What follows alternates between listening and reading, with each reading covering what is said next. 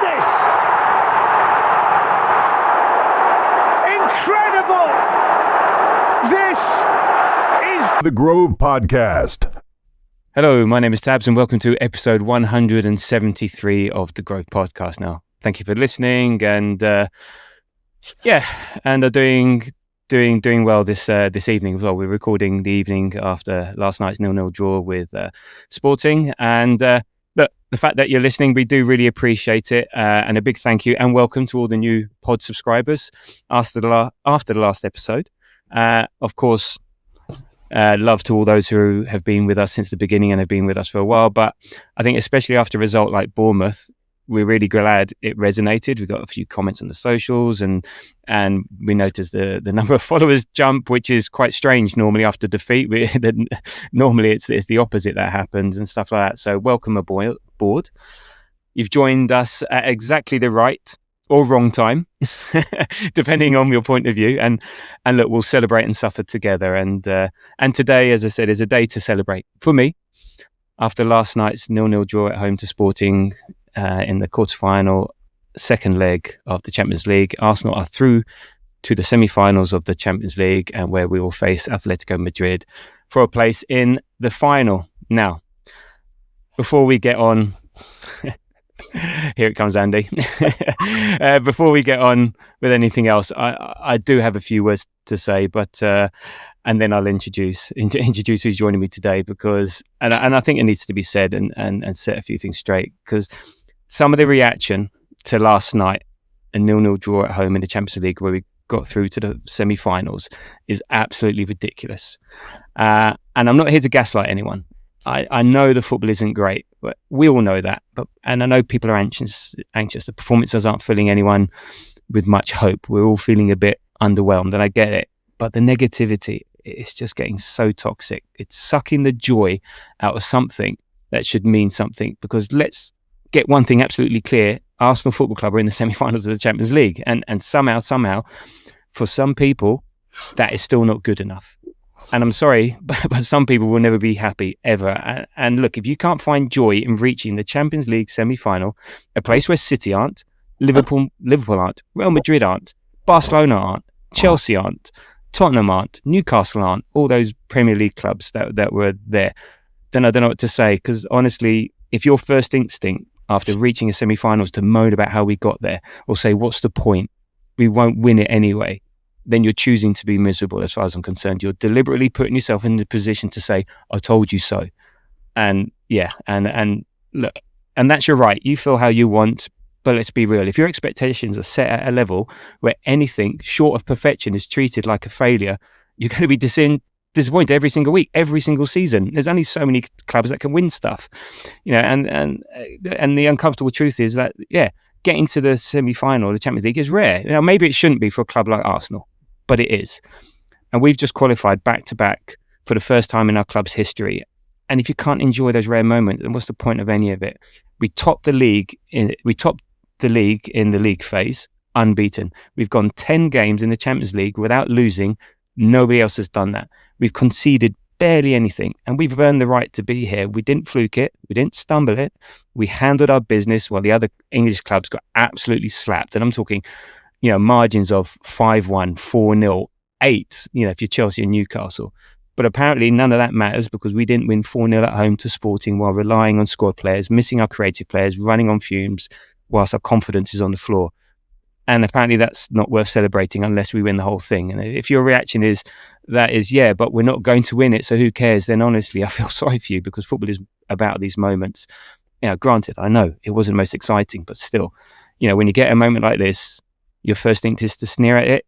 That's not standards. That's not ambition. That's just being miserable for the sake of it. And this idea that big clubs don't celebrate semi-finals, that's bullshit. Come on. Of course they do. They don't treat it like it's worthless.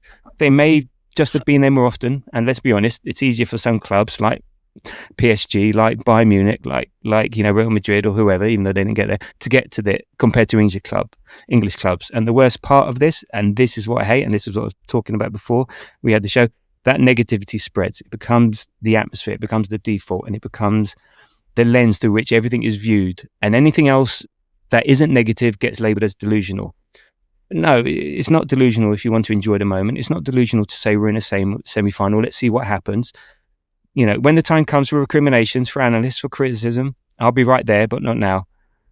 So I'm not putting lipstick on a pig. I'm not pretending everything is perfect, but I'm also not going to let people hand away the Champions League semi-final like it's meaningless. Criticize the performance, absolutely, but don't dismiss the achievement. Don't act like it's nothing, because it's not nothing. I'll say it again. We're in the Champions League semi-final. That's a big deal. 3 games away from lifting the trophy. And if you can't enjoy that even a little bit, I don't know what to say. So, sorry. There you go, Andy. That's what rant meant. And thank you for indulging me. I did feel I had to get that off my chest, just for my own sanity. And I've mentioned a few times, joining me today is Andy. How are you? How are you feeling about our qualification for the Champions League semi-finals? Well, you were talking directly to me there. No, well, I'm good. Good productive day at work. Looking forward to chatting about last night, and maybe chatting a bit about what's probably, I don't know, certainly the biggest game for Arsenal that I can remember. Certainly maybe in the last 20 years on Sunday. But yeah, I mean, it's kind of a weird one, isn't it, in terms of the reaction to last night? And I know a lot of it will be influenced by what happened on Saturday, and definitely about potentially what's coming on Sunday. But you'd think we'd be being relegated or something. It's like bottom 3, or we'd just be knocked out or something like that. I mean, I get that there is issues, like you kind of so eloquently put at the start. There is issues with the playing style, but right now is not the time to be litigating all of that stuff. We get to the summer, discuss play style and how you might improve it. But when you get into a Champions League semi-final, I think you referenced it's like only the 4th one in the history of the club. I can't be anything else but happier, and I'm excited to have the opportunity to hopefully get to a semi-final against Atletico Madrid, second leg at the Emirates, and just have hopefully be able to actually, because it was a wee bit slightly different last year with the first leg at the Emirates, whereas you knew if anything was going to happen, kind of celebration wise, it was always going to be kind of off the back of that second leg. But yeah, just really excited, to be honest. Excited for the opportunity to take ourselves to Budapest, and excited at the opportunity of hopefully righting a few wrongs. Yeah, and look, Arteta sort of alluded to it. He said, on his emotions after recent criticism and last night, he said, I wish that we were doing the Arsenal documentary this season and you could film the last 48 hours and everything that has been said. If we were watching the movie and said, okay, what is Arsenal's place in the table? I think all of us would say they are in the bottom 3. So just what you're saying about being relegated. What are we talking about, guys? Please enjoy where we are as a club. If someone doesn't want to do it, so be it. We are enjoying it a lot. I feel huge gratitude for what the players are doing and our supporters. So thank you. And again, we're not here to put lipstick in a pig to gaslight you. We know it's far from perfect. I think there's good reason for it, but people don't want to hear those excuses. So we know we're not playing well. We know momentum is not with us. It's potentially with City. We know all of that. But again, I think it's better than the alternative. Football can change very quickly. So who knows? And I said 3 games from winning the Champions League, 2 games from being in the final. One game at the weekend that could change the trajectory either way of the league. So yeah, it's a case of embracing it. And look, it's also us as fans having the stones to go through this, not throwing our toys out of the pram. The players are there. It feels like the fans don't have the stones for the I said the fans, so certain sections of the fans don't have the stones for what's going on at the moment. And and as you said, Andy, we'll worry about why we got here, how we got here, what we can do at the end of the season. Until now, we are still top of the league by 6 points in a Champions League semi-final with the double is still on. The chance of it happening, we know it's going to be difficult, but we're there. And until it doesn't happen, we're in a very good position. And I was saying to my son last night, do you think Southampton are going into the semi-final against Man City of the FA Cup going, oh, well, what's the point? It's Man City. We might not win it. Crystal Palace last year, against Man City in the final. Was it Wigan beating Man City in the cup final? Stuff happens. So let's back the team. It's also the irony of if the players or the manager were to either have that attitude or kind of signal that sort of message, and it would be like, oh my god, like what? So it's like kind of practice what you preach. Well, not practice what you preach, because these kind of fans won't ever be on the football pitch. But you know what I mean? It's like if you're expecting them to be like super motivated and be able to kind of not let the pressure get to them, then it's like, well, maybe just have a bit of a step back and have a think about how it's impacting you. Yeah. Oh. But just on that, because it was just when you were saying about the Amazon documentary thing, I was like, I don't know, personally I love, when you get the ref cams and stuff like that, I love that, and I absolutely love the Amazon documentary. I think it's because it's like there's like a window into these I don't know, it's highly edited in the club. It's all managed and there's still a window into like top level sport and top level football. And it's good from that perspective, but it also acts as like as like a communication channel. And just when you were thinking there, when you were talking there, it kind of made me think. I was like, maybe like a lot of this like angst is just natural and it's built up because of like where we are in the season and injuries and stuff like that. But maybe part of it is because we haven't, like, sometimes the messaging from the club isn't that transparent and we aren't behind the scenes and we can't see what's happening. I think you were saying about, because that quote from Arteta is basically saying, if you could see the response from Saturday, then you would be so much happier. And I'm like, is there something else, not quite at the level of an Amazon documentary, but not quite at the level of basically just being so like guarded in your injury news until Friday and saying, oh, there's a training session the Friday afternoon and you'll see the team when it's out on the Saturday? Is there something in the middle there that kind of doesn't give away your tactics or your game plan or who's fit or that, but does give the fans a wee bit more to kind of bite on and a wee bit more to go on? It's difficult, but it's difficult, and they sort of do, but even like in the press conferences, you don't want to give Pep, if Saka's going to play on Sunday, for instance, why would you tell Pep on Friday? Something like that. But yes, maybe there needs to be more, and I think they're trying to find that balance. But it's a tricky balance. It doesn't. It's obviously. I'm not saying, and that's kind of what I'm saying. I mean, obviously, if Saka, fingers crossed, toes crossed, everything crossed that he's fit for Sunday, but you obviously wouldn't let that go. But there's something else that you might be able to, like. I don't know. My head immediately went to, we've got City on Sunday. City found us out in the Carabao Cup final with that 4-man press. We then seen that 4-man press find us out on Saturday against Bournemouth. Is there not give away the tactical plan around how we're going to get over it? But I mean, we're not tactical geniuses, and we're like, well, you go long to Havertz, you play Havertz up top and you drop Gyökeres. Is there something there that you can just explain a wee bit more without giving away the keys to the car? I know that. Yeah, something. Well, look, we're all in this information age cliche.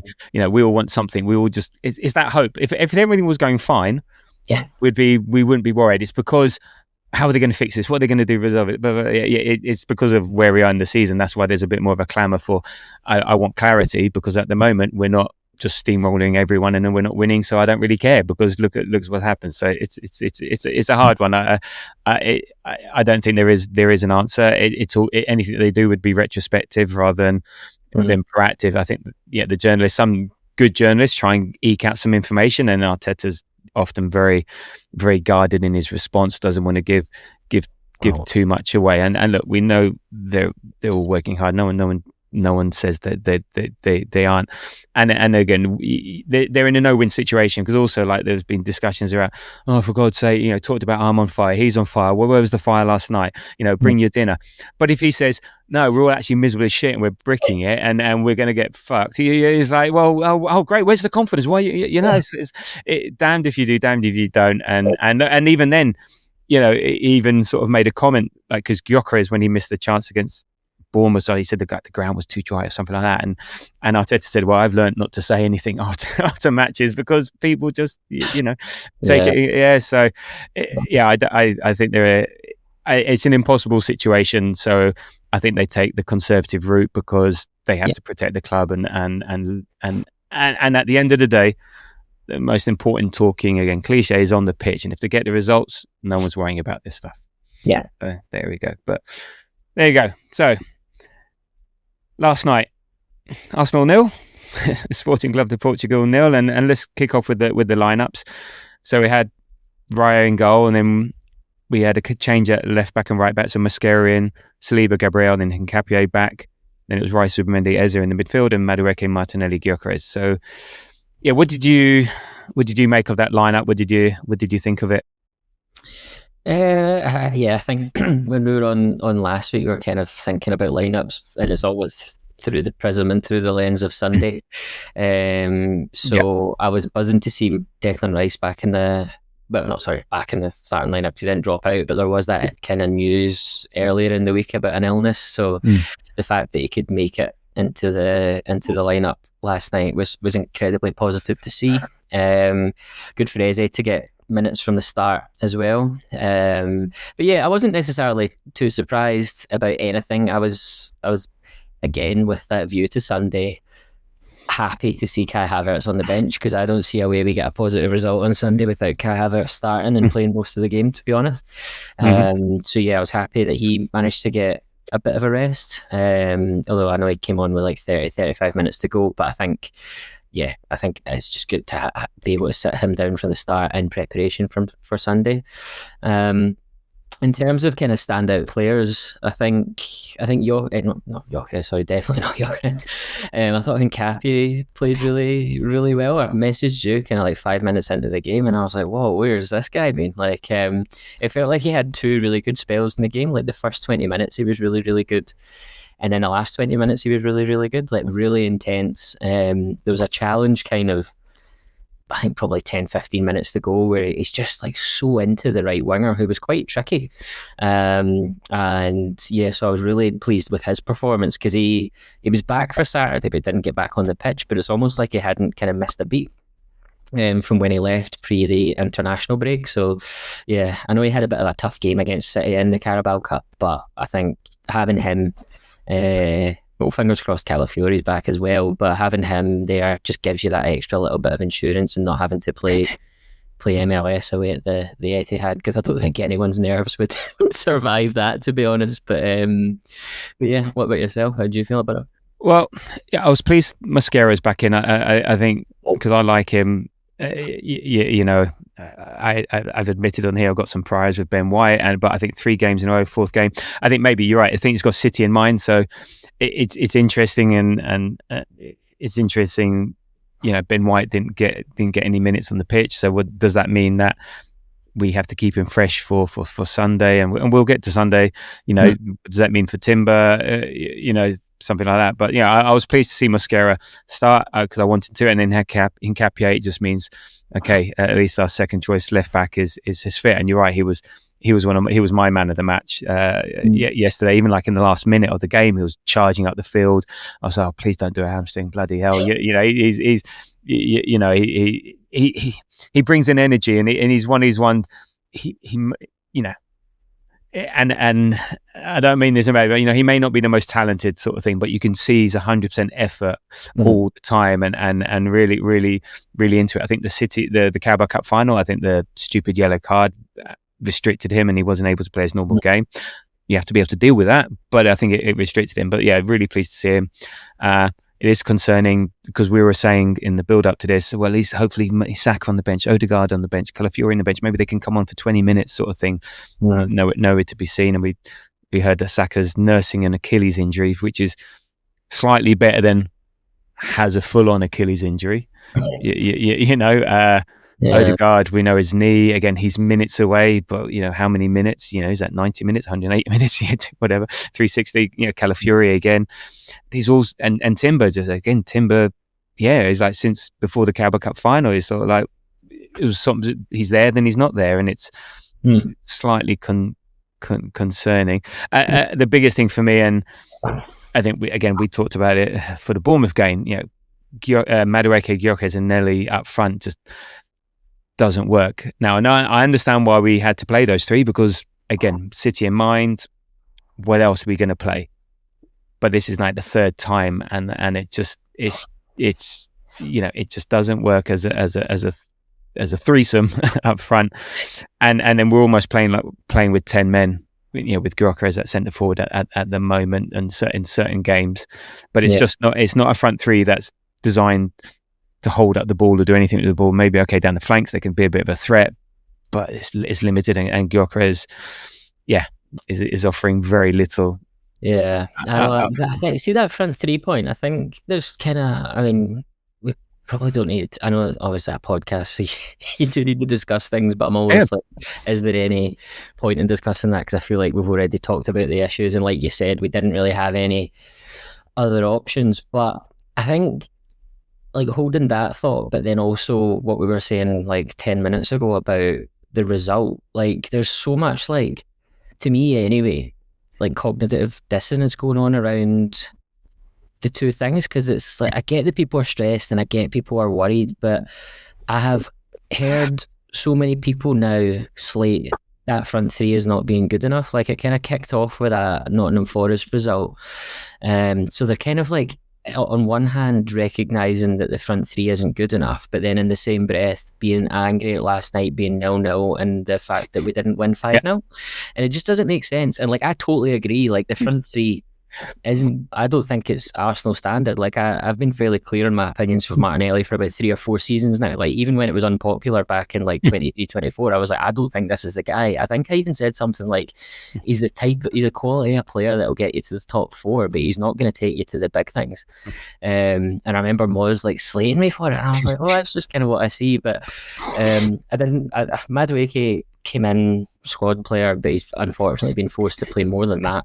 And I certainly, I think we've talked about Gyökeres a lot, and I never thought he was good enough. Like, I always would have preferred a couple of other options before him. But I'm also like, at that point, like, you can't then expect us to go and wipe the floor with Sporting Lisbon when we've got that front three up. But it's just like, well, maybe you expect maybe something a bit better. No, and I think as individuals they could do better. Maybe Madueke just doesn't run the ball out of play all the time. Now I can't look back at what he did yesterday, but that sense. So he seems to be a threat without then offering much threat. He can be exciting and fast, but again, it's that end product. So I think you're right. As a unit, they don't work, and as in terms of what we were trying to achieve, it doesn't work. So no, I think I see it. I don't like it, so I can understand what's happening. But I also think they could also play a bit better, execute better, do more. Like, you got someone like Gyökeres who,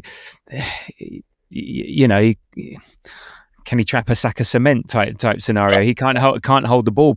We went from the stage at the beginning of the year, players don't trust him, to trusting him, to now players aren't passing to him and he's wanting the ball. It happened against Bournemouth. Players aren't passing to him. So it's, in essence, you're playing with 10 men. It's weird for someone with the build that he has. He's got such poor lower body strength to hold up. He's got the upper body strength and he can bully people through running through the ball, but you give him the ball and trying to shield the ball, which is all lower leg stuff. Nothing there. Nothing there. And he I don't know. He's got this thing where referees will not give him a free kick when he's kicked off the ball and all the rest of it. So he's not compensating for that. So it's more a case of, look, it doesn't work, but we don't have much choice. No, me personally, I know what I'm looking at and I know what to expect, but I would maybe say sometimes as individuals, just do better. I'm not expecting them to run riot with things, and we are, like as you said, we are relying on our squad players to be our to carry the load at this most important time of the season. So again, as we said, what do we expect? But people think that's excuses and stuff like that, and I think there's a balance between that, but also I think as individuals they could perform better, even if they're not the most coherent group. So I think the thing, I don't know, the thing with Gyökeres, it's like, it's like, I totally get what you're saying about the touch and like even his hold up play, but it's like, I think it's just because, I don't know, like he seems to always be arriving at every single challenge or duel tired, like, because he's been running around and he's been like all over the place, and like I don't think he's actually like, he's not running more than he should be doing. He's doing the running he should be doing, but he's just not fit. Like, it's not that he is as fit as he can be. He's just not as fit as we need him to be, if you know what I mean. And it's like, it's just like, I kind of like almost have stopped just like, I thought he played really well on Saturday, but I've just got to the point with him where I've kind of stopped because I just don't think he is good enough. Like, I think like we can't get Gyökeres into the game because we can't get high enough to high enough up the pitch, but we can't get high enough up the pitch because he can't hold us up. And it's like, well, and at some point, like, you just can't then play him. Do you know what I mean? Unless it's like a sub role. And I know, like you have said in the past about him being brought in to kind of share minutes with Kai Havertz, but I just don't see him as even an option. Like for next season, I keep him around, but I don't think I see him as an option to start. He's like kind of bring him on. 20 minutes to go if you need a goal kind of thing, and you play him up with someone, not as the focal point. Because I think we've seen enough, to be honest. I'd seen enough by December. I was like, this guy is like, touch is gone. Like, I don't know if he's ever had one, to be honest. But at that point, I was like, it's not a confidence thing, because you've seen the way he rattled in the penalty on Saturday. He doesn't suffer confidence. I just don't think his technical level is good enough, and that's why I think even sharing minutes with Kai Havertz for me now is off the table. He can share minutes in the sense of like come on in the last 20, but I don't think it's sharing starts. Yeah, and I think that was the plan. And look, he's a squad player. He's a useful squad player, but he wasn't. I don't think he was signed as to be the primary one. We just got injured. I think the one thing, his greatest ability is his availability. So, and at this moment of the season, given the way everyone's going down, that's really important. And he's our top goal scorer. But yes, again, that's trying to pull the wool over someone's eyes and gaslight them. But no, we can all see it. Mm. But we, again, like a lot of where we are at the moment with certain things, is that, you know, we don't have much choice. So he's the man, and as I said, we're not slating him, and we're not moaning at him or else. We can see his limitations and the impact that has on the rest of the team, and it's a knock-on effect. So it feels like, yes, sometimes we're playing with 10 men. Yes, there's no connectivity with Madueke and Martinelli, but we know that for a fact. And this comes to a point. A lot of there's discussions as well about, oh, I can't believe this is the way Arteta wants to play. No, this is not what Arteta bloody wants. Right? No, he's just doing the best he can with the tools he has. That's it. This is not his idea. This is not his idea. You know, there's a balance between what you said in the other pod, but the 3-4 months between, was it 24, 23, I'm crap with dates, but and the control, and there's a balance between there. So there's something there, not this. What we did last night is not what he wants, but he's really happy because he goes, you know what, I've got a pile of shit, and I'm sort of, I'm an alchemist here, or whatever. I'm turning it into lead. So but that's it, and but that's not what he wants. He wants gold for sure. But it's what it is. But so look, onto the format. Did you have any particular highlights and lowlights from last night's game? Highlights. I think Zubimendi's performance. I was really. I don't know what the kind of reaction was to the first 5 or 10 minutes from Zubimendi in the stadium last night, but he put a pass out after like 7 or 8 minutes, and he done the same on Saturday, and I was like, oh god, no, not again. But from there he kind of like really grew into it. Maybe if the boy we've just been talking about had a thought to use his left foot, he could have even walked away with an assist in that first half. But yeah, I think in terms of highlights, it's him, because I think he's had an incredibly rough couple of weeks. I think, like, I know we discussed it last week, but those videos of like him being consoled in the middle of the pitch, it's just like kind of like on the human level, 60,000 people in the stadium and so many more watching at home. It's tough. So when I could see him last night almost responding to that, like in real time, like he had his difficult 10 minutes and he could have went the other way. He could have went, but he then started carrying it through midfield. I don't know whether it's like kind of one of those biased things that it's like, because you're wanting to see it and then it happens, you then put more like emphasis on it, and maybe it would have happened anyway, and 3 weeks ago you wouldn't have noticed it. But I don't know, I just felt a lot more positive around his game. He certainly was a lot more energetic and a lot more active. Like he seemed to be up and down quite a lot, which didn't seem to be the case on Saturday. And I know that could be instruction, that could be game state or whatever, but he seemed to have a lot of that kind of bounce back, which was good, and certainly green shoots of recovery as we go into Sunday, because I think if we were going to play better, he needs to play better. And I know it kind of goes both ways. If we are playing better, he will play better. But I think he, at that position, as one of the kind of two pivots, 2 deep 8s, 2 6s, whatever you want to call it. Like, he needs to play well. He needs to have the confidence to be able to pass through the lines. And yeah, like I said, I seen some green shoots of recovery there last night, and it was good for him to get the man of the match as well, because it's kind of that like external validation, that external recognition of a good performance, and hopefully he takes that on Sunday. Yeah, and what was really nice to see when he was getting the man of the match, all the play, even Madueke hobbled quickly to go and see him get it. MLS was giving him like a high five. Everyone was really happy for him. So they know how these players are feeling. There is a lot of emotion behind it, and they're not immune to it. They hear the crowd, they see it, and as much as they try and be strong against it, it's hard not to.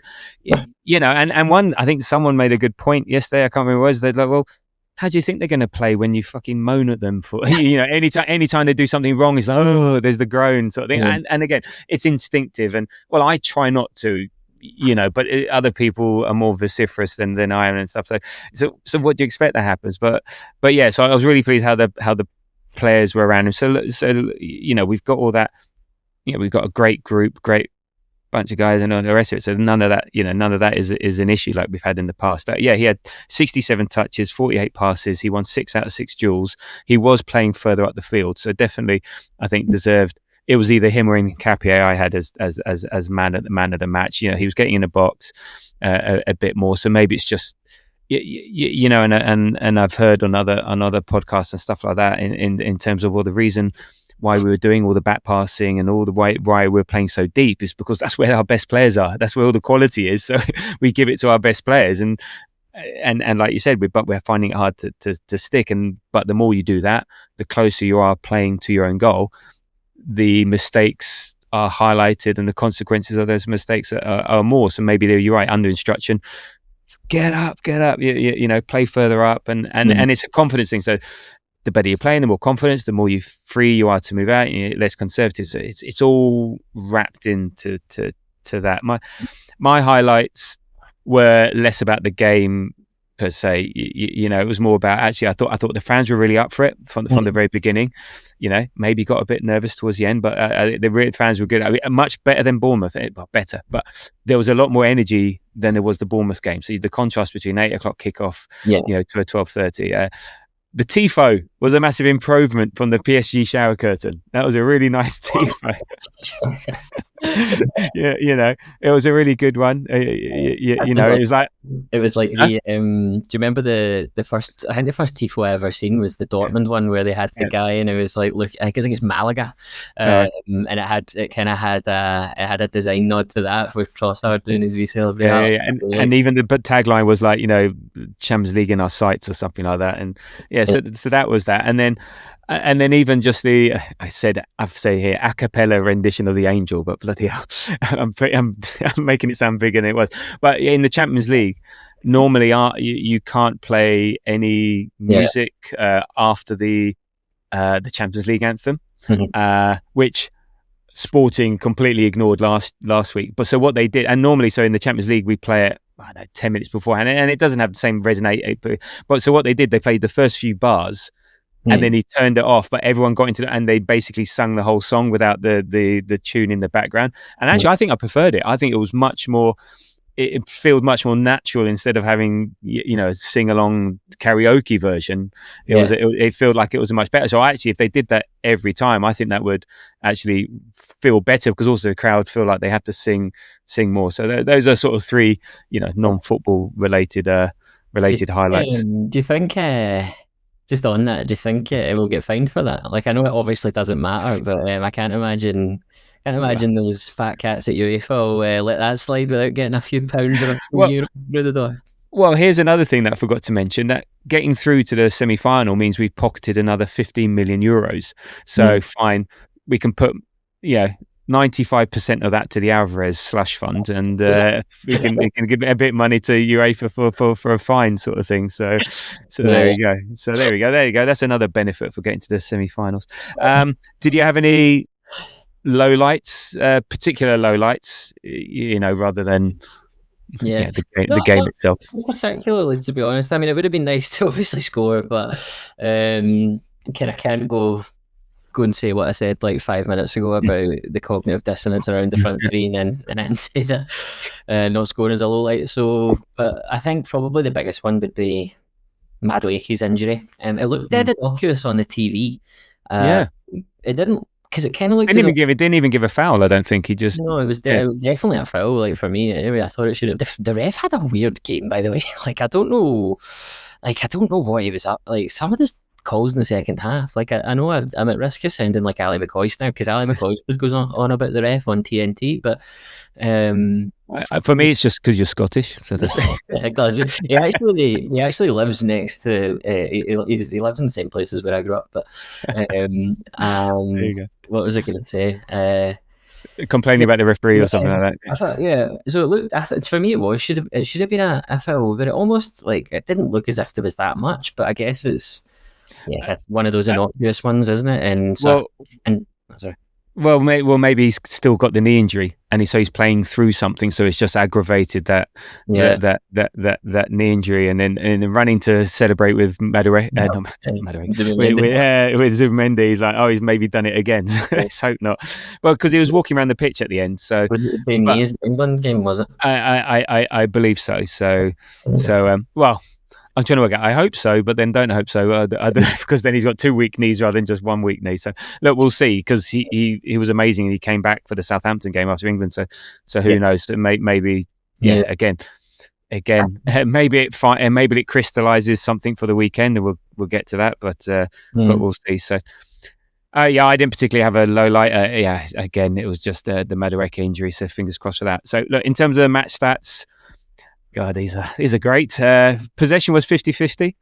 Expected goals, 0.64 for Arsenal, 0.29 for Sporting. We had 15 shots to their 8. 1 shot on target. I think our 1 shot on target was a dribble header from Zubimendi. They had one shot on target. 2 big chances for us, 1 for them. We obviously missed both ours. We missed them. And I think this is the shots on target XG just tells the tale of the game. And actually, 0.93 is the lowest combined XG in any UEFA Champions League game this season. I think that tells the tale really of the game. So. Leading up into the game, like how were you feeling? Were you confident about the game? And then what were your thoughts? A bit more in detail, or how did you feel how the game panned out and the result? Yeah, I think I wasn't ever, to be honest. Like I'll usually get my read on a game about how I feel about it the kind of morning of like when you wake up, and I'm dreading Sunday morning, to be honest, but like I didn't almost I was in the office and I didn't really pay too much attention to it. I guess maybe if Havertz hadn't have put that one in at the end of the first leg, it'd have been a bit more nerves. But I was quite relaxed going into it, and then certainly more relaxed when I seen Declan Rice in the starting lineup, like I said a couple of minutes ago. But in terms of the game, it never really felt like any particular jeopardy. Like it never felt like I was actually quite impressed with Sporting Lisbon over the 2 legs. I thought they were very technical and very tidy on the ball. And I guess maybe you should expect that from a team who's kind of gotten this far, but also like put out Bodo Glimt, who are themselves a kind of technical team, and Bodo put out the likes of Inter. So like it's not as if like there is some kind of relativity there. So I thought we were going to get a bit more of a, like, as the game went on and we didn't score, they're obviously, that's probably their game plan, is to go keep it tight and then play for the second half, the last 30 minutes, and try and get a goal and take it to extra time and make it nervy. But they never really seemed to do that, or we didn't let them. Maybe that's the better thing to say. But it didn't ever feel in jeopardy, which was good. Although I did feel like I was slightly frustrated watching it, because it wasn't like, how do I say that?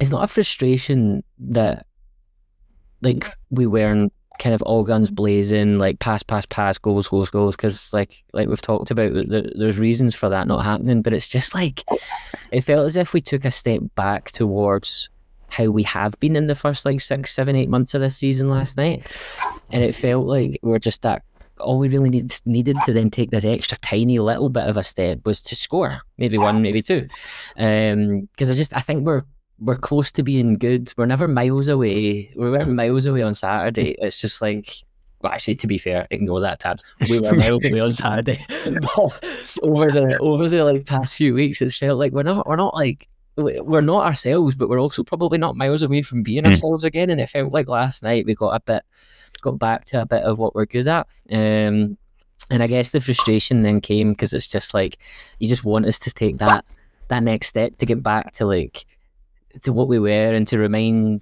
them, like to remind like the media, well not the media, but to remind themselves, to remind us. And I guess this kind of came through in Arteta's comments actually after it, but to like just remind themselves of how good we actually are. Like we're in an unreal position, semi-finals of a Champions League and 6 points ahead, albeit City have a game in hand. We're in an unreal position.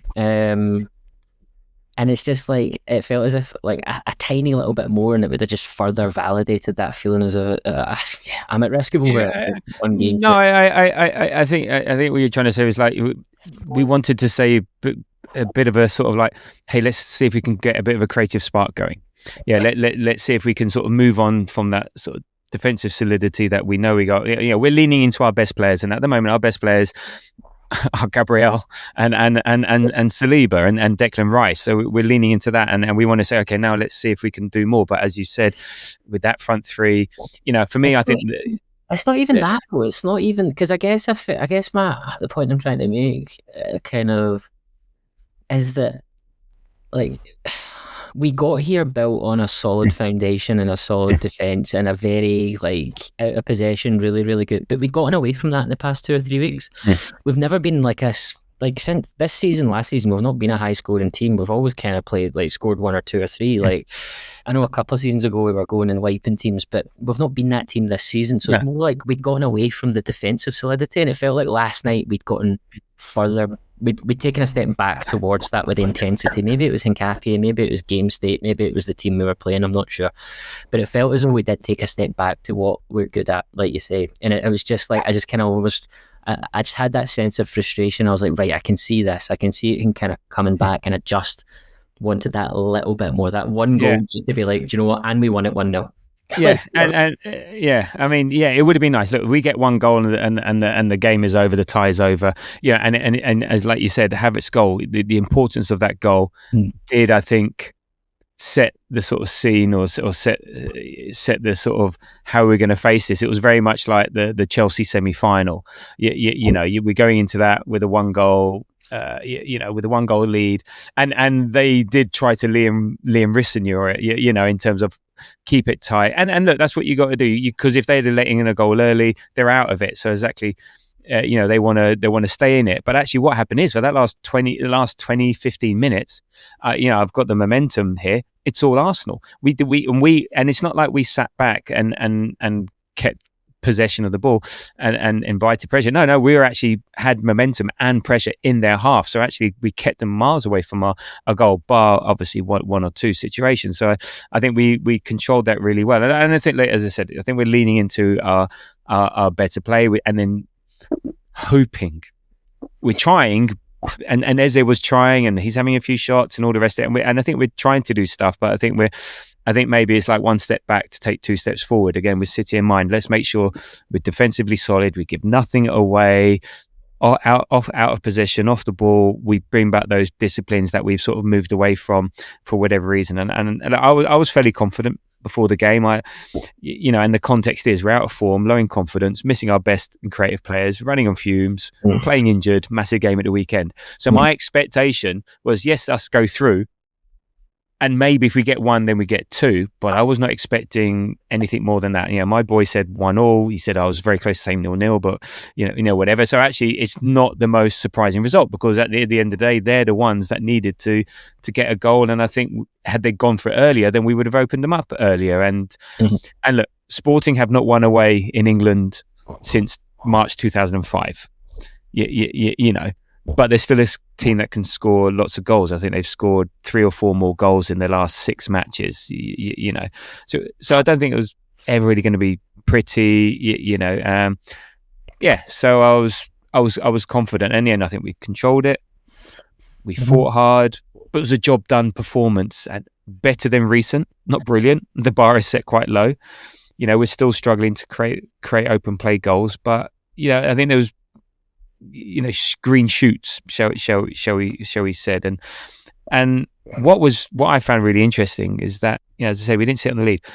It felt at times we were the team chasing the game. It felt like we were the ones needing the goal. Now maybe because we haven't seen that intensity before, and because of whatever, it's just more a reflection on what happened at Bournemouth. It's like, right, hurry the fuck up, guys. Be a bit more intent. Be quicker. Do more.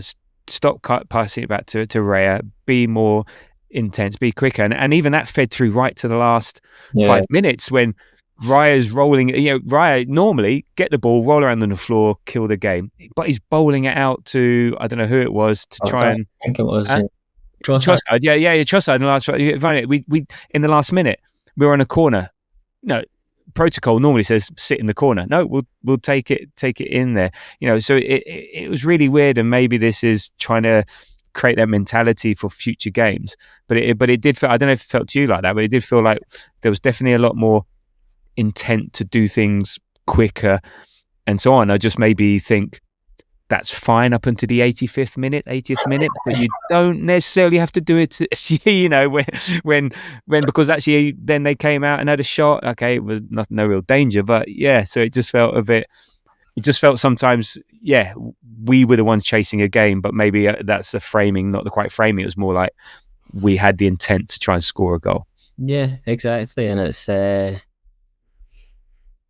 you're trying not to over-index that kind of second half, but it doesn't take too much like mental gymnastics to kind of maybe put Arteta's quotes, that Declan Rice interview that came after the game, which maybe you've seen it on social media. You obviously wouldn't have seen it right after the game, and then the kind of intent that we've seen in the second half together to be like, well, maybe they did have a massive like kind of come to Jesus moment after that Saturday game, and like we had been talking about resets for weeks, but we don't know that they happened. They needed to happen from our perspective, but we don't. They might have thought they were all right. Not the results, but the way they were playing. But maybe that reset moment happened on Sunday morning or Saturday night, whatever, and they were like, well, like you said, we need to stop wasting time over throw-ins. We need to stop playing for corners. We need to be the elite football team that we are. Like, yes, we're elite at the back, but especially more so when you've got Eze and Odegaard and Saka back in the pit. And for me, Havertz to a certain extent, we've got elite players up top as well. Not last night, but let's play into that a bit more and stop. I think on the last podcast you said something about like, they seem more afraid at what they can lose rather than positive about what they can win. And maybe last night, again, might be over indexing it, but maybe last night was a step towards that, being positive about what you can win and not scared about what you might lose. And it felt like I find Champions League games a bit more chilled, and stuff like. There wasn't that intensity there. I think there was a bit of nervousness, a bit of excitement, whatever, but it was definitely, compared to Bournemouth, a lot more of a relaxed atmosphere, because maybe everyone so wants the league. That's where you're so invested. Champions League, it's a cup competition. It's hard to get that invested because in leagues the randomness fairly evens itself out. But in cups, anything can happen, and but both ways. And I think that also helped in terms of just the atmosphere around. There was a bit of the but that's normal in football and all the rest of it. But it just feels maybe the players see it as something different. So as they say, something different. It gives them a bit of a freedom there. Being 1-0 up, at the end of the day, it is sporting. So come on, there is there. So I think there's multiple things there, and like always, you read into whatever the result is and you work backwards from that, and then you'll justify what your opinion is. So who knows? And there's a truth somewhere in there. Yeah, maybe it's just because Sporting are who they are and they're limited, so therefore Zubimendi will play better. Rather than him being all of a sudden brilliant. And again, truth is somewhere in between there. But then also, why isn't Gyökeres? I was sure Gyökeres was going to get a goal against his old club, and that was narrative. He got easily handled. I think with the Gyökeres, not to rehash it all, but what was interesting was, one, he got taken off from 55 minutes, so quite early, and the difference Havertz made in terms of being able to hold the ball up, being able to have a target man there. It was only for a few minutes, because then I don't know, maybe then we changed, Trossard and Jesus coming on, but that was also something different. So yeah, look, it was a getting the job done result. It was third gear-ish. I think if we really needed to up the ante a bit, we weren't really in any jeopardy. And in terms of the game, yeah, I think we started well, fast start, all the rest of it. Game got a bit sloppy, and it was just our inability to find that cutting edge, our inability to create much, I think, was telling. But again, we offered them nothing, and I think second half was pretty much the same until we really took control towards the end, and game over. Really, not a lot to say. And even the chances they had, Raya had one mistake. They hit the post. I don't know if it was offside, but also, it was quite a difficult opportunity. We hit the post, but again, not the easiest of opportunities, from a corner. So I just think it's not a surprising performance or result, basically. Yeah, and you take it. Like, there was no, like I said, there was no jeopardy there. We didn't necessarily need to exert ourselves, which was a good thing. And you're certainly never going to complain about keeping a clean sheet and taking yourself through to a Champions League semi-final. Well, I mean, that's it. I mean, that's 8 clean sheets for David Raya in the Champions League, which is pretty cool. And look, I just want to read out a list for you. So the list of the teams unbeaten in the Champions League this year: Arsenal, and that's the end of the list. So 1-10, drawn 2. We're still we could go invincible. Could you imagine we won the Champions League invincible? That would be nuts. That would be absolutely nuts. And I guess if we. Yeah, to get there, we actually 2 of them we have to at least not lose. So we could go through invincible, and we've only conceded 5 goals in 12 games. And 2 of those were at home to Kairat when we were playing in second gear and already through. So again, I think that's where we need to lean into. That's why I think cup games, all you need, you go through 1-0, you could go through on penalties 0-0. The result is that matters. Like, look, everyone's also watching this with what they've seen on the continent. In terms of Barcelona, Atleti, and Real Madrid versus Bayern Munich. Where's the control? Where's the defensive solidity? That's what I want to know. So but honest question. How would you feel and it's fine if you win, but there's no glory in losing 4-3. Yeah, exactly. Well, I mean, it's like that was us for 2008 to 2014 or whatever. Like those kind of glorious failures of we played unreal football, but it's probably 2005 onwards actually. Played unreal football, but always the bridesmaid, never the bride kind of thing. And it's like, well, if this is the style of football that lets us be the bride, then give me it. Yeah, exactly. Look, they are fun to watch, but they're only fun if you win. It's like Tottenham, from whatever under Ange, sort of thing. So, isn't it great, all this open football? Yeah, but you're fucking shit. So it's like, and there's a balance, and I'm being a bit facetious, and we should be able to play good football, defend well, and win. I guess what other context people aren't realizing. Look, goals are down across the board within the Premier League. This season it's not just Arsenal. Everyone is suffering. We're also the top scorers still. So there's this sort of like not quite cognitive dissonance, but it's sort of picking and choosing. What you're gonna moan about. But but and just, you also mentioned like the context for the league matters massively, especially at this time of the season. And you said earlier about the results that the other Premier League teams got. Like, I don't think a Premier League team could go toe to toe with the likes of Barcelona or Bayern Munich, because they don't have the energy. Like they have, even if they had like equivalent or slightly equivalent technical ability, the context of the Premier League is a massive part of this, especially at this part of this time of the season. So it's almost like, unless you have like an absolutely world-beating elite, like first 11 of all time while also playing in the Premier League, then I think there is always going to be a bit of pragmatism when it comes to this point in the Champions League, because you just, like we can't rest players. We don't get our like fixtures moved at the last minute. We don't, like, I mean, what is it, Barca? Or, I don't know if it's Barca or it must be Real Madrid. They're like miles off it in the league, so they don't really have to. I know they went out, so it's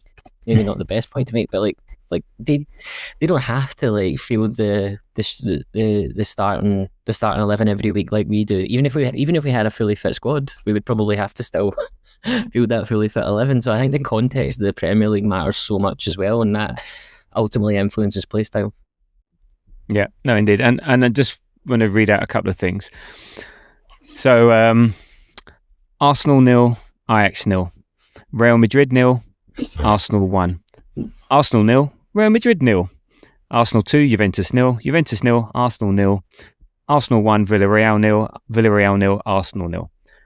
That was how we got to our first Champions League final. Not even averaging a goal a game. That was the, you know, the Invincibles getting through to the Champions League final. No, okay, they've got enough credit in the bank, whatever. But it just goes to show, even that team with Henry, with Bergkamp, with Perez, with Lundberg, with Lehmann, with Campbell, with Torre, with all those players, they're getting through 1-0, 0-0, 0-0, 1-0, 2-0. You know, it happens. You know, it's just get through. Who cares?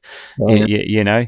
But as a, because I know people who say, yeah, but still, there we go. So look, and look, Arteta on the semi-final. We're not perfect. No shit. We want to improve in every area, but we have 2 magical nights to play against Atletico, and we're certainly going to prepare well for that. We'll take things from October's meeting and games they have played recently, but we're going to have to go to Madrid, be ourselves, and compete in the manner we have, and then we'll have a big chance to win. So, any views on? We'll obviously do proper previews, but any thoughts on facing up against Simeone's Atletico Madrid and after what they did to Barca? Not particularly, no.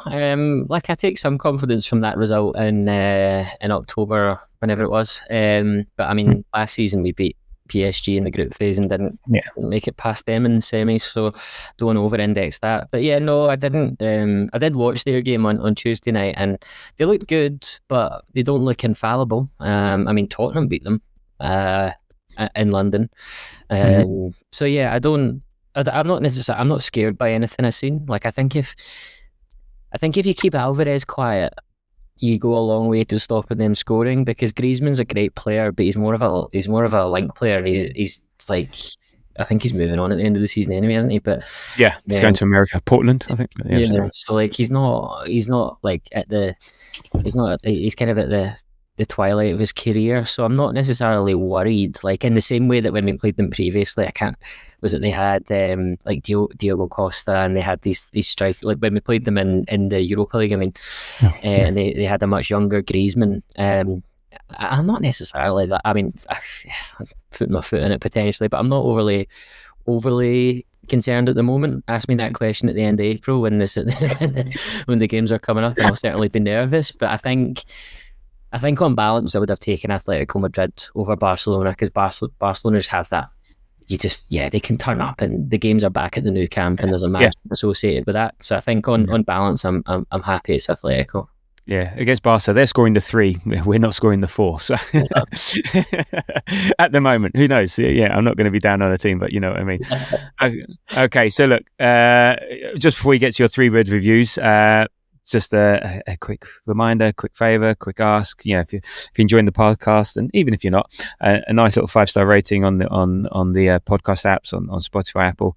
Really appreciate. As I said, thank you to all the new listeners. Thank you to all those who already listen. You can find us at The Grove AFC on Spotify and Apple on YouTube, and it really does help spread the word, and we really appreciate it. And as I pointed out at the beginning, I do notice. So thank you very much for doing that. Tell your friends and spread the word. So, talking of words, 3-word reviews, just to get a sense of how everyone's feeling after the game in 3 words, no more, no less. So let's go to Blue Sky. We had Rusty, survive and advance. Yep. DM 3737. Now do Sunday. we'll get to it, but I would take that all day long. If you give me that now, I'm taking it. And Mr. C, the Guna, result matters most. Correct. Okay, on to threads. We've got my favourite one, always with a pun, DJ Bukat, an unaroused semi. Very good, very good. Okay, we've got Wreck-It Rido, so boringly efficient. Yeah, Sam 13 draws, job done. Next, 1959 Arsenal marching on together, and Astrid Felicialium create new history. We did create new history last night. First time we've ever gone back to. Is it first time we've gone back to back semis? Yes, it is. Okay. Dubs for Sam is still not inspired. And if we go to the Grove, WhatsApp group chat, Alex Monroe, well, that happened. Kasiva, I miss Marino. We all do. Sasha got it done. Okay. Interestingly, we got so many more for Bournemouth, but there we go. Right. So thank you for those, and watch out for the ones after City. We've talked about other results, so there we go. And look, I think before we move on, it would be remiss of me not to mention this. There was some very sad news today with the news that former Arsenal goalkeeper, Austrian Alex Manninger, aged 48, passed away after a terrible car accident. The Austrian played a massive role in our 98 double winning season, when at the age of 20 he stepped in for David Seaman for a run of 13 games across 3 competitions between January and March, keeping 6 consecutive clean sheets in the league. Apparently that's a joint club record, and yeah, he'll be remembered for that. I remember him, baby-faced, blonde-haired Alex Manninger. I remember him during that season very, very fondly. So it's really sad news for the Arsenal community, and our thoughts are, of course, with Alex's family and friends at this difficult time. So yeah, sad indeed. Okay, let's shift gears and look ahead to City now. So let's finish this off. So 4:30, Super Sunday. Where's the mute button? Right, and I'm talking about when watching it. I might have to find a dodgy feed that I can't understand, because there's no way I could deal with listening to Neville for 2 hours. But anyway, that's not what I want to talk about. We play Man City, and this is it, a game that could be of huge consequence to the season. For each team's title challenge. It won't be the one that provides the final nail in the coffin for either team, but certainly one. It could mean that a rotund woman is going through her vocal scales for one of the teams. And we all know what's at stake. We're both excited, but shitting ourselves, to put it bluntly. It's a chance to go 9 points clear, 6 points clear with 5 games to go, or it could be a chance for City to cancel out the goal difference, get 3 points behind with a game in hand. And look, both teams are at various different states at the moment, especially compared to earlier this season. City are full of confidence, doing the chasing, being there, done that, scoring for fun. I think I heard the other day, was it they 10-0 over Chelsea, Arsenal and Liverpool over the last 3 games or something silly like that. Limited injuries. And then there's Arsenal, the complete opposite. So, but it's a single game. Funny things can happen in single games. I'm sure the players believe 100% that they can get a result at the Etihad, even if the fans are less confident. So, what are you looking forward to and not looking forward to as far as this game concerned? Okay, enough said. Move on. Yeah. Looking forward to nothing. Nothing until the 90th minute and we know the result. Well, actually, maybe that is it. I'm looking forward to seeing the team sheet, because I think if that has got a few positives on it in terms of Mr. B Saka, however unlikely that might be, I'm still holding out some hope that he kind of rises from the proverbial Achilles dead and does us a favour. Yeah, actually on that, if there was one, I know we will get onto the team, but now it's in my mind and I'm rubbish at retaining anything. Out of Calafiori, Timber, Odegaard and Saka, who would you could only have one, who would you want to be able to start? Is that rhetorical? Bukayo Saka. Yeah. Okay. So- I was just I'm just double checking. I'm borderline timber to No, Saka. come on, Tam. Saka.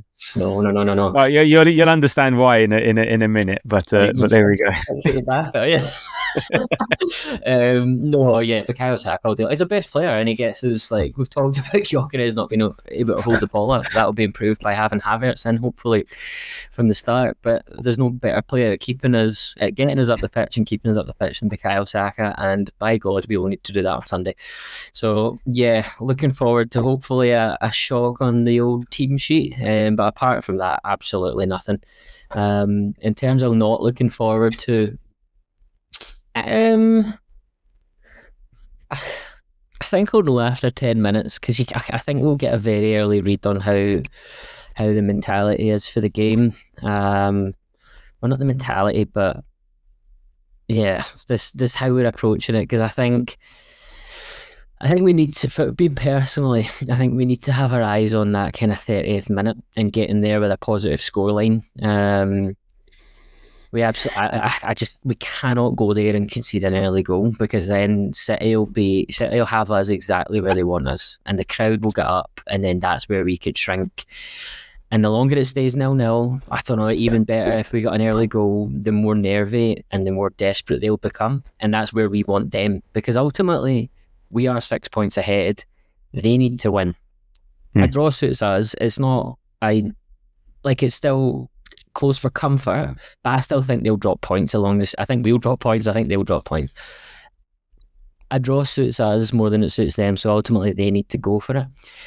And the longer we can take them into deep water at 0-0, or even ideally a more positive result, the better it is for us. Because this Man City team, although they are, like you said, they seem to be on a roll, and they've been playing really well, and their confidence is high. They certainly aren't the mentality monsters that they were over the past kind of 4 or 5 seasons. They don't have Kevin De Bruyne. Kevin De Bruyne was always one of those players who would just turn up and do something out of nowhere, and they would get a goal, and then they would go and win 2 or 3-0. But he often, it might be biased because he's one of my favourite players, but like he would always be that kind of game breaker for them at this point of the season, and they don't have him. And I don't think, as good as Cherky is, he isn't that player. So the longer we can take them into that deep water and build the nerves in the stadium, because I think they will be there. But to add to that, I don't think we can get there by just sitting and banking up.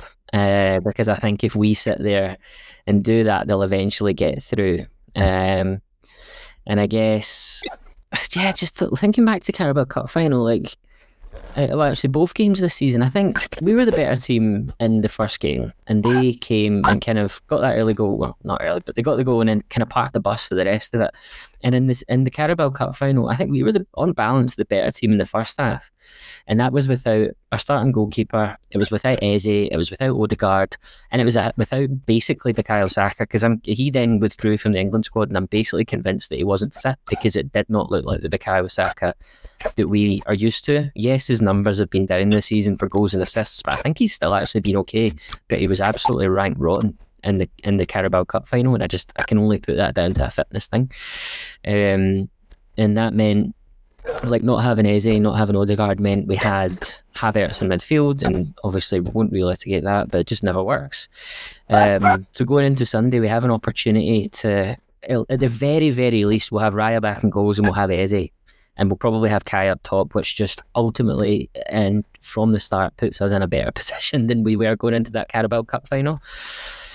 So yeah, I don't know. I kind of oscillate between being not confident. I oscillate between being nervous and then thinking of the context and the reality that they need to kind of come at us. And I guess just to finally round that kind of that full kind of point out, the thing that we didn't have in the Carabao Cup was, it's not that we didn't have motivation, but we went into that Carabao Cup final probably overconfident, because we hadn't been beaten by Man City in a few years, certainly not in the league.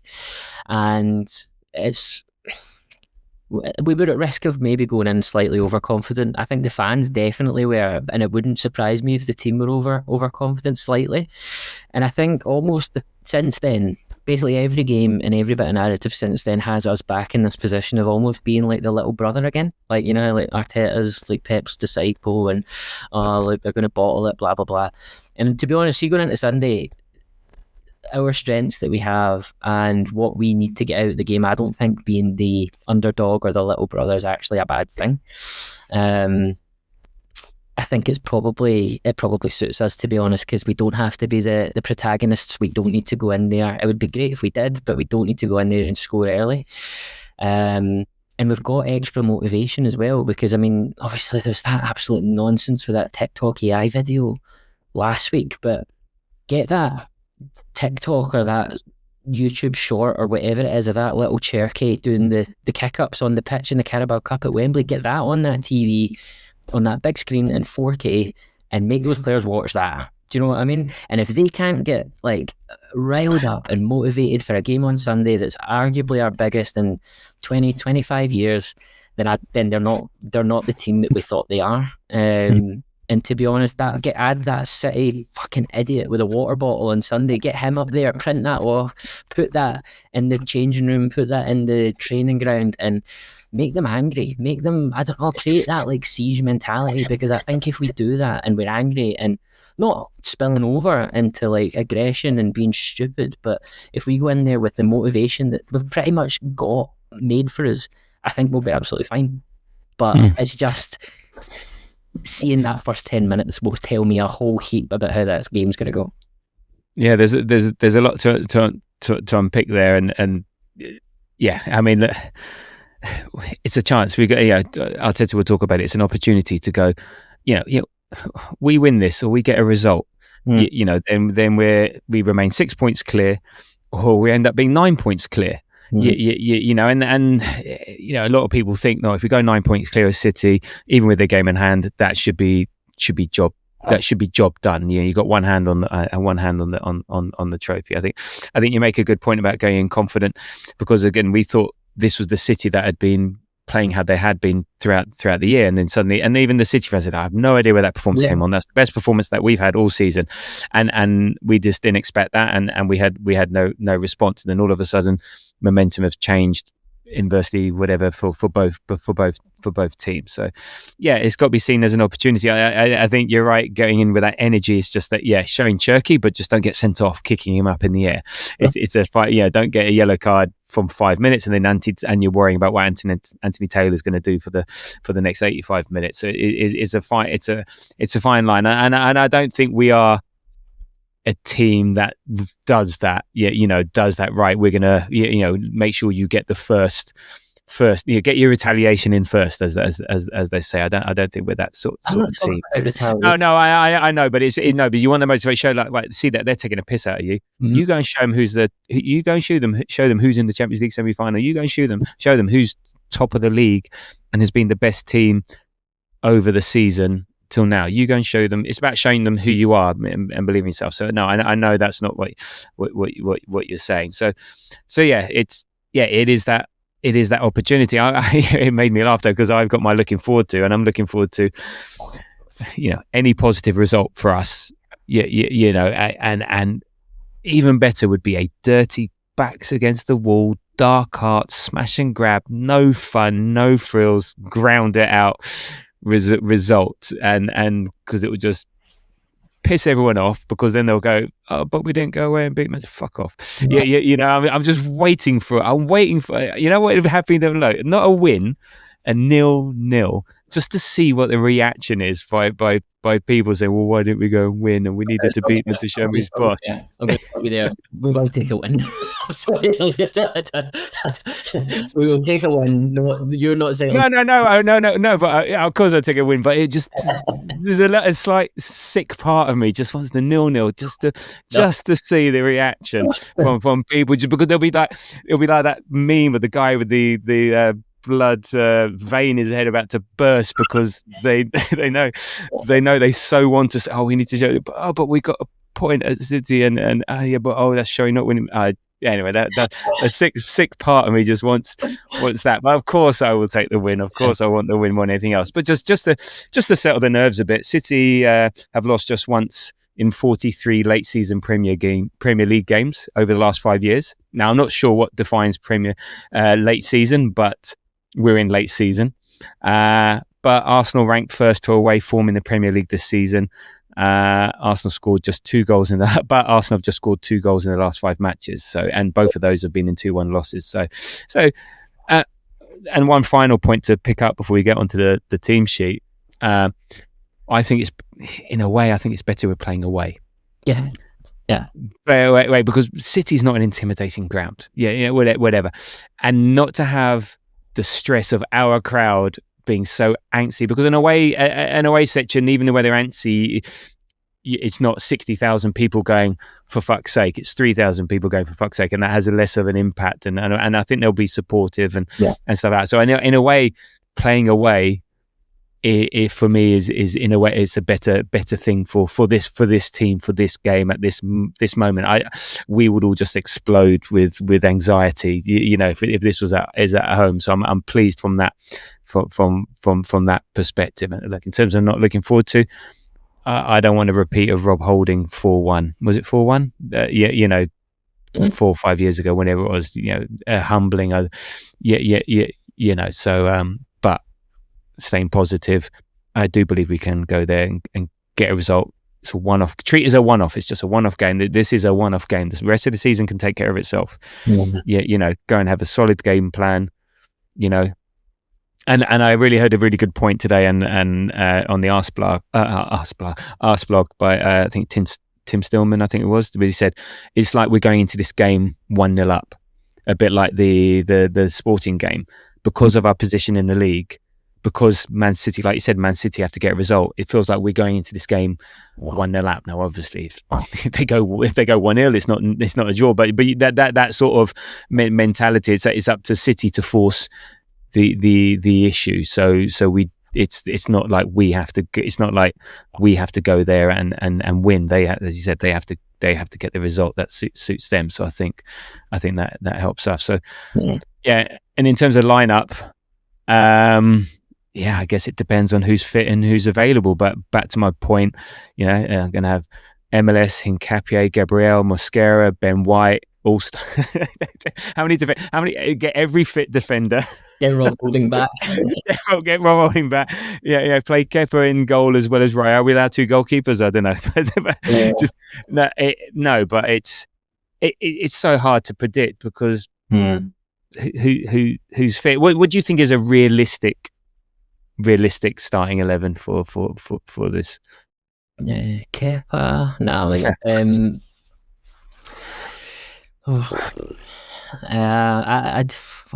I'm going to err on the side of optimism, and I've got this feeling, I don't know where it's coming from, that Bukayo Saka will play. I think he will. I think he will make it back, and I think therefore, to be honest, I was going to say, obviously, right. He's going to play 2 games for the rest of the season. This one and the Champions League final. And do you know what? I'll take that. I'd play Diamond and the rest of them. I think it'll be Raya.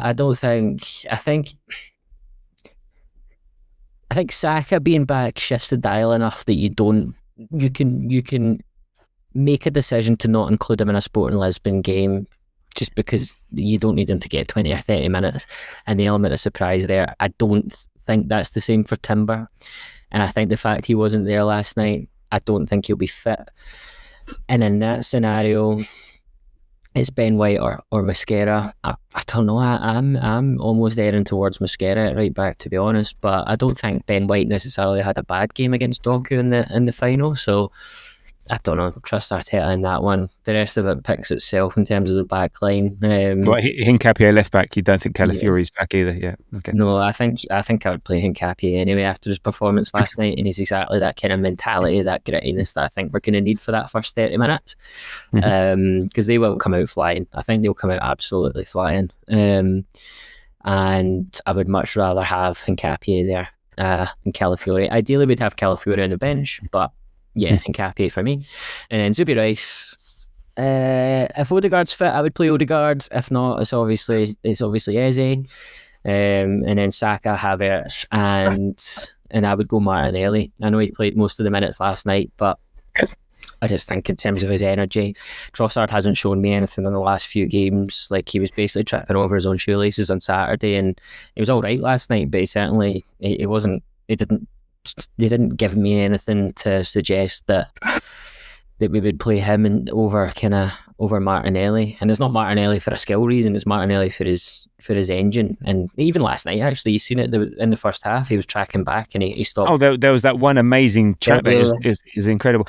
Yeah, I'm pretty similar. I would go, you've maybe convinced me to do White because of experience. He didn't play late yesterday, keep him fresh. Personally, I would go Mascara, but I can understand White. I would play Trossard. It's just that keeping hold of the ball. I think ball retention is really important for this game. So if you've got Havertz and Saka, maybe. Yeah, so that's for me. But it's who's fit and who's fit, and then maybe Martinelli as an impact sub like he was in the first game. Calafiori hopefully as an impact sub. Odegaard as a impact sub and stuff like that. So yeah, very similar. But yeah, we'll see. And if it's not Saka, and look, we don't know what's happening with Madueke, so it could even be Dauman. Dauman could be starting in that game, and maybe he's the hat-trick hero. Who knows? Yeah. Would you like? Because I would like if those two aren't fit. Like, I would play Dauman, but I guess you've got options of like Martinelli out on the right, or Well, then Jesus, you got Jesus, Trossard, Martinelli. No, I would fuck it. I would go with Dauman. So that element of surprise, not expecting it. Yeah, bit of something else. But then I would. Yeah, then I'll definitely. They also definitely play Trossard, but then Nelly for his defensive duties over Trossard. But Trossard hasn't shirked on his defensive duty, so no, I would go Dauman, Havertz, Trossard. Still, I think we just need that. Yeah, need that. Just added ball security, added man in midfield, or even Havertz drops in midfield. So yeah, that's where I'd go. Look, we know all about City. Yeah, and we know where they are, why they are where they are. Look, they also got two big signings in the winter with Semenyo and Grahy, which has helped them out. Look, there's not really much to say about them. I think, Haaland likes a goal against us, unfortunately. Semenyo, we talked about Semenyo. Semenyo is now their second top scorer in the Premier League, and that's 15 since he joined, which is absolutely nuts. He got 15 goals for Man City. Yeah, that's what it's got here in football. I know it's crazy. You sure that's one in the Bournemouth? You reckon? Oh, maybe it includes Bournemouth. I don't know how it works. He just says second top scorer, but no, because surely it can't work like that because he's scored for Man City. So don't know. But anyway, he scored a lot of goals. So yeah, so I think that's the thing. Rodri seems to be back on form. One positive. Maybe, we're worrying about 20-year-olds, but Nico O'Reilly, I think he's picked up a hamstring injury. Looks like he came off Chelsea. Look, he's a 20-year-old, but he scored both goals in the Carabao Cup final. He scored against Chelsea. He seems to be a dangerous unit for them at the moment. They've had a week off. We wish they were getting stuffed by Bayern Munich this week, but no, they've had their feet up. This isn't the City that. Remember, was it before the Carabao Cup final? We beat Everton, they drew to West Ham. Before that, we beat Brighton, they drew to Forest. This is not the same City. This is, as I said, things have changed. I think you alluded to it before. Do you think they're going to go, irrespective of the weekend's game? Do you think they're going to go unbeaten for the rest of the season? Like they've got coming up. They've got Burnley away, Everton away, Brentford at home, Bournemouth away, Villa at home. You say irrespective of this weekend, but I would think it would be highly dependent on this weekend. I think if they don't win on Sunday, I don't think they win all their games. I think if they win on Sunday, I think they win all their games. Yeah, that makes a lot of sense. I think I'm with you on that one. So look, there's not much to say about them. Let's just hope they have a brain fart and we fuck them over. But there we go. Anyway, so what's your prediction? And look, we've actually, other than the Carabao Cup, we've done all right against Man City. You know, in the league, 1-1, 5-1, 2-2, 0-0, 1-0, and then back in 2023, 4-1. So that's the last time we lost to them in the league. So yeah, what's your prediction? Oh man, No, what's your genuine? And I want a genuine prediction as opposed to what you want.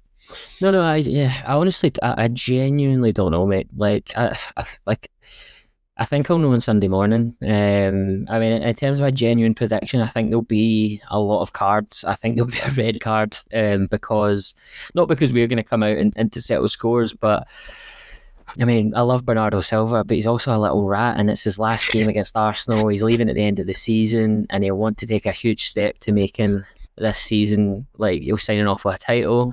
Same with Pep. I can see him probably moving on at the end of the season, so that means this is his last opportunity for a kind of one over on Arteta, an opportunity to bow out with a title. So I think because of that, they're going to come incredibly quick and incredibly intense, and I think that'll just mean a lot of cards. I think they'll be up to their antics, and I think we just need to be wise to that. I mean, we obviously, like we said, we don't need to win. I would take you give me a 0-0, give me a 1-1, I would take it right now, because I think if they don't win, to that point a minute ago, I think if they don't win, they'll drop more points. But if they do win, then I think it just continues the momentum they've been on for the past few weeks. So it's massively on them. Honestly, don't know, mate. I honestly don't know. I think right now, I don't. Yeah.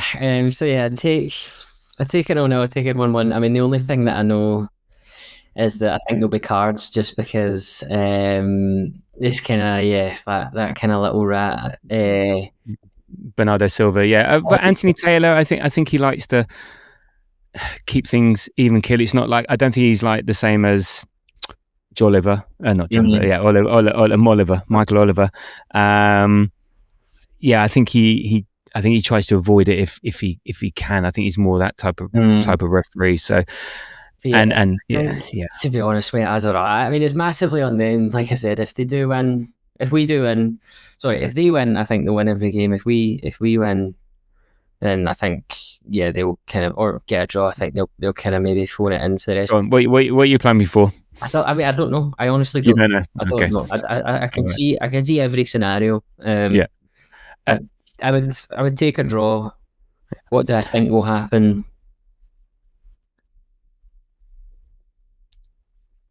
I think no, I don't know.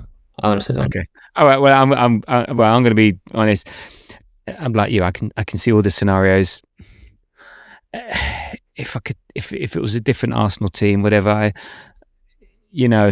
I can see potentially a 2-0 loss. That's where I am. And that it's a prediction in terms of, a statistical thing there. It's not what I want. I hate predicting something like that, and it's the only time I think I predict. I just something about it, but it doesn't mean it's over. And there's still twists and turns, as I said, and all the rest of it. I've got a feeling maybe it's just a 1-0, 2-0 will endeavour, and they'll just get something. They just seem to be in the mood at the moment where they'll find that goal. Like we've seen in previous seasons, they just go through the running, just 1-0s, 2-0s, 1-0s, 2-0s. Like Gundogan goes in and scores a couple of goals. This isn't that team. No, yeah, I know. I know it's not that team, but they seem to be showing it at the moment, and they've got their players fit. They've got the momentum. They don't have to fear. They've been there, done that. Whether they win or not, to be honest, at the end of the day, I don't think it makes a bit of difference. Yes, the players want to, but as a club, of course they always want to win, but it's not the be all and end all. Yeah, it depends. Okay, it very much depends what sort of Arsenal does turn up, but even then, we want it so much. It's just on the day, some variance. I hope I hope. I don't care how we get it. I hope we get the result. I don't know if you're asking me now, genuinely, I think we maybe lose 1-0, 2-0. It's not what I want, and I'm not being supportive and not being negative. It's just a sense of just where I think the trajectory of this season's potentially going, and I think we're going to have the most horrible time until May the 30th in Budapest. and we've got to endure that. But we'll see, or 31st or whenever it is in Budapest, but that Saturday in May. But yeah, so yeah, as I said, it's not that I'm not supporting the team. It's just a sense of where we are. So that's it. So sorry about that. Yeah, I was feeling positive. I was like, do you know what? I was like, I mean, I can equally see. Yeah, scenario but to get beat. but as I said, we could go and just have an amazing backs against the wall debate. You know, no one was predicting Cazorla and Coquelin to form an amazing midfield duo, and we go and win. Was it 2-0? You know, so the jeopardy and what was on the cards at the time, I think was different. So, don't know, or maybe this is it. Maybe all the narratives get thrown out the window, and in come Arsenal, and we do something completely unexpected. So yeah, but in terms of if you were to say, right, put some money on a result, that's the result I would have to plump for. Yeah. So there we go. But again, don't let that put you down. We are a positive, hopeful podcast. You know, you heard what I said about the Champions League and all the rest of it. It's going to be challenging. We can definitely go there and definitely get a result. So there we go. So anyway, yep, another 90-minute pod in the can. So thank you, Andy. Appreciate it. Not a problem, mate. Always a pleasure, never a chore. And yeah, I don't know, maybe chat between now and Sunday, but I'll certainly be flicking you a wee message once that team lineup is out on Sunday afternoon. Yeah, indeed. I look forward to it. And as I said, you can follow us on Threads, Blue Sky, Insta, TikTok, YouTube, Apple, and Spotify at the Grove AFC. Come and find us, like, subscribe, comment, all that jazz. Really do appreciate it. And our next pod will hopefully be a hot off the pitch instant reaction pod after the City game on Sunday. I know certain people don't want to turn up if the result goes a certain way, but hopefully if we are doing it, it means it's a positive result. But I'll be here, and I'll try and drag someone kicking and screaming to talk about how the game went, irrespective of the results. And there we go. So look, thank you for listening. Keep believing. I do believe, irrespective of what result I predicted. Sorry, have I mentioned we're in the Champions League semi-final? Enjoy that, and until the next time, come on, you Gunners.